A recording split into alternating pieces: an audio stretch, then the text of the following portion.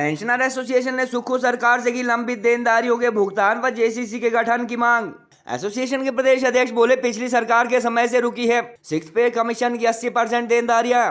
Pensioner day पर शिमला में आयोजित कार्यक्रम में उपलब्ध नहीं हो सके मुख्यमंत्री सुखविंदर सिंह सुक्खू।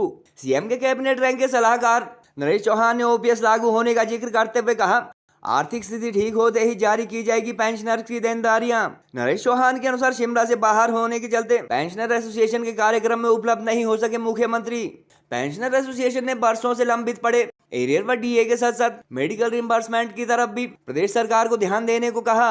सबसे बड़ी मांग जो है हमारी है वो सिक्स्थ पे कमीशन जो है 2016 से लेकर जो हिमाचल प्रदेश के पेंशनर्स को और कर्मचारियों को जो मिलना था, पर अभी तक भी जो सिक्स्थ पे कमीशन का जो हमारा एरियर है, जो दूसरे ड्यूज़ है, वो सिर्फ पिछली गवर्नमेंट ने सिर्फ 20% दिया था और उसमें भी एक राइडर लगाया था कि आपको 50,000 से अधिक ये नहीं दिया जाएगा।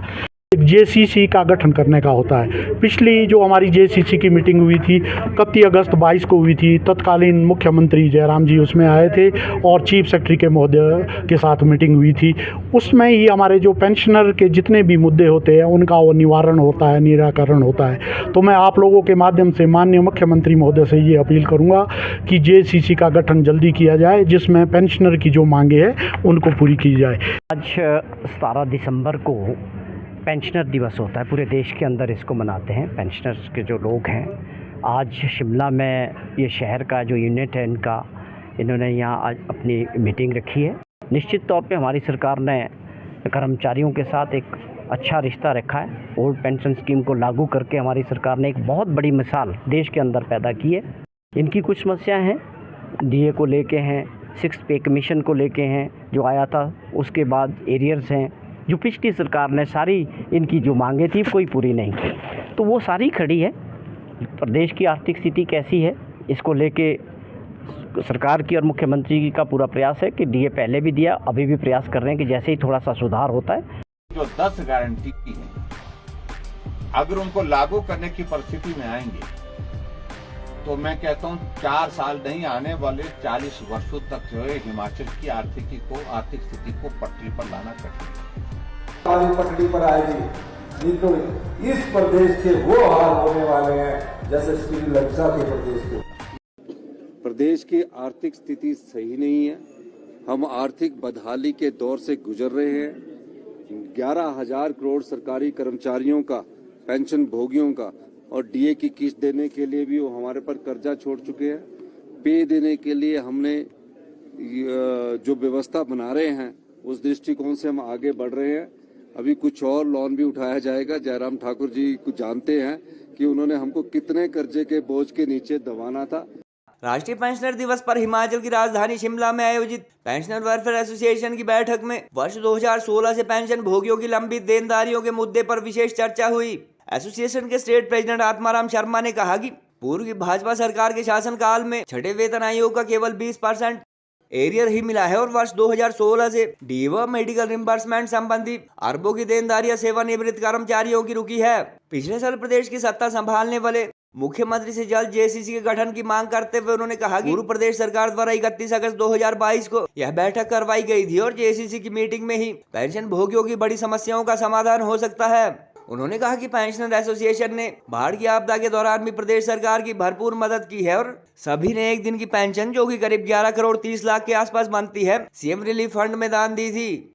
आत्माराम शर्मा ने प्रदेश के 2 लाख के करीब पेंशन भोगियों को नेशनल पेंशनर्स डे की बधाई भी दी।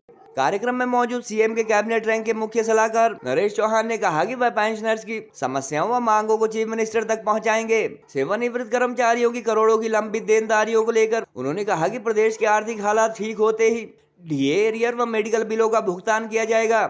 निमंत्रण के बावजूद मुख्यमंत्री का पेंशनर वेलफेयर एसोसिएशन के कार्यक्रम में न पहुंचने का कारण उन्होंने सीएम सुखविंदर सुक्खू का राजधानी से बाहर होना तथा विदेशी दौरा बताया। सोशल मीडिया पर चर्चा इस बात के भी है कि दुबई विजिट से लौटने के बाद कल मुख्यमंत्री सिरमौर के पुरवाला मिश्रवाड़ा में कांग्रेस नेता नासिर रावत के बेटे की शादी और सिरमौरी हाट भवन के शिलान्यास में पहुंचे थे। गौरतलब है कि मुख्यमंत्री व उनके कैबिनेट मंत्री पिछले 1 साल में कई बार प्रदेश की आर्थिक बदहाली तथा सरकार द्वारा अरबों का लोन लिए जाने का एक मुख्य कारण कर्मचारियों व पेंशनर की लंबित देनदारियां भी बता रहे हैं, मगर पेंशनर एसोसिएशन के अध्यक्ष के बयान से साफ जाहिर है कि साल भर में ना तो बुजुर्ग सेवानिवृत्त कर्मचारियों की अरबों की देनदारियों को लेकर संतोषजनक प्रयास हुए और ना ही जेसीसी की बैठक हुई। हिमाचल प्रदेश के 2 लाख पेंशनरों को आज पेंशनर दिवस की हार्दिक शुभकामनाएं एवं बधाई।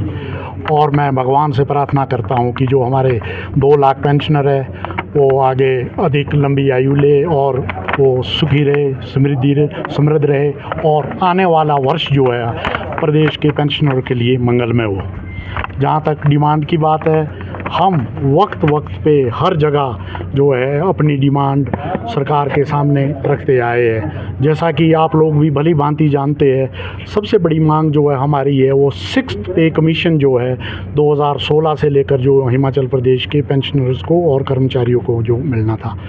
पर अभी तक भी जो 6th पे कमीशन का जो हमारा एरियर है, जो दूसरे ड्यूज़ है, वो सिर्फ पिछली गवर्नमेंट ने सिर्फ 20% दिया था और उसमें भी एक राइडर लगाया था कि आपको 50,000 से अधिक ये नहीं दिया जाएगा।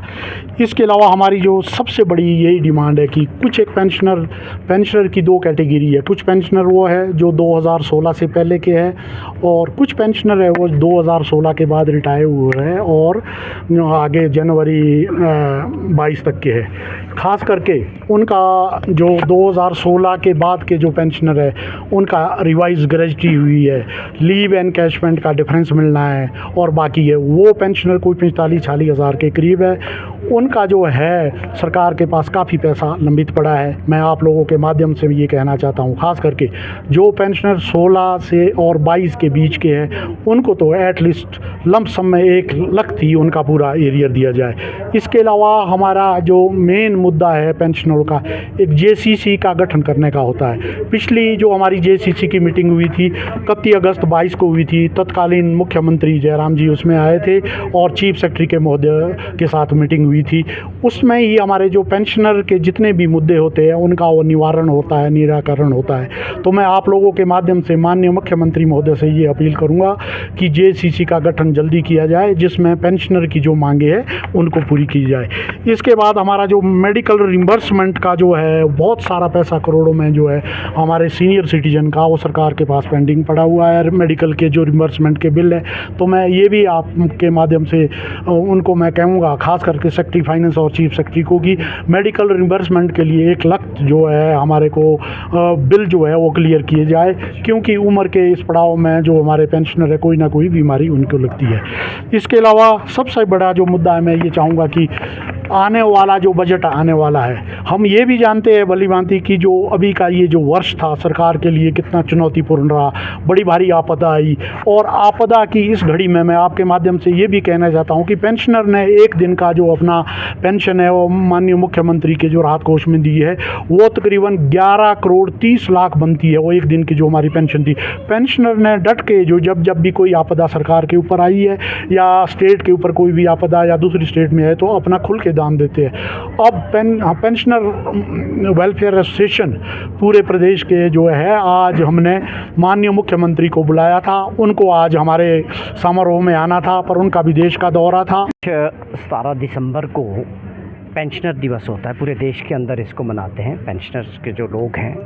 आज शिमला में ये शहर का जो यूनिट है इन्होंने यहाँ आज अपनी मीटिंग रखी है। पहले इनकी योजना थी कि ये बड़े लेवल पे इसको करना चाहते थे और माननीय मुख्यमंत्री जी से बात भी हुई थी, लेकिन उनको अचानक जो है आज शिमला में नहीं होने की वजह से और विदेशी दौरा होने की वजह से इनका प्रोग्राम आगे नहीं बढ़ पाया। लेकिन आज इनके अध्यक्ष आत्माराम शर्मा जी प्रदेश पेंशनर एसोसिएशन के भी अध्यक्ष हैं और इनकी पूरी टीम, मैं इन सबको आज पेंशनर डे पे बधाई देता हूँ कि आज पूरे देश के अंदर ये इसको सेलिब्रेट करते हैं। अब बाकी इनकी कुछ मांगे रहती है, हमेशा समस्याएं हैं हर वर्ग की। ये एक ऐसा वर्ग है जिन्होंने पूरे जीवन सरकार के साथ रह के अपना पूरा जीवन सरकारी नौकरी में लगाया और आज पेंशनर लेने वाले लोग हैं, सब सीनियर सिटीज़न हैं, हमारे से उम्र में सब लोग बड़े हैं। इनकी जो समस्या होगी हम इनको सुनेंगे और उसके बाद हमारा प्रयास रहेगा कि मैं माननीय मुख्यमंत्री जी तक इनकी बातों को पहुंचाने का प्रयास करूंगा। और उसमें निश्चित तौर पे हमारी सरकार ने कर्मचारियों के साथ एक अच्छा रिश्ता रखा है। ओल्ड पेंशन स्कीम को लागू करके हमारी सरकार ने एक बहुत बड़ी मिसाल देश के अंदर पैदा की है। कि आप समझें कि ये हमारा एक ऐसा प्रॉमिस था जिसको हमने पहली कैबिनेट में पूरा किया और 1,36,000 सरकारी कर्मचारी उससे लाभान्वित हुए।